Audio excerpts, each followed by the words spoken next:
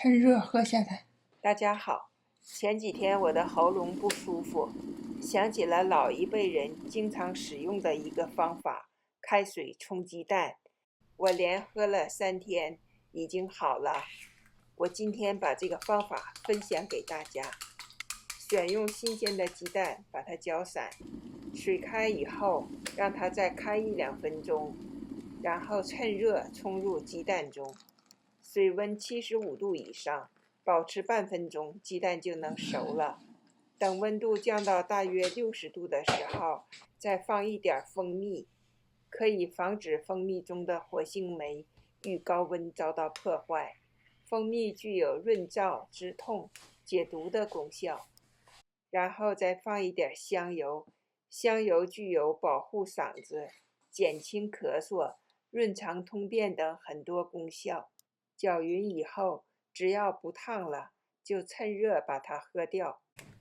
平时早上起来，若是感到喉咙不舒服、发干发痒的时候，我就喝开水冲鸡蛋。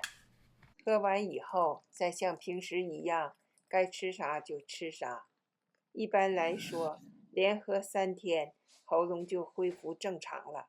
蜂蜜中含有180多种营养物质，高温能导致蜂蜜的味道发生改变，失去它原有的营养价值和香味儿。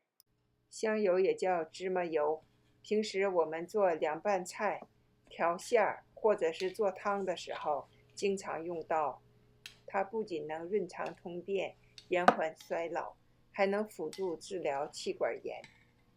老一辈人传下来的方法，有时候对感冒的初期症状还是挺有效的。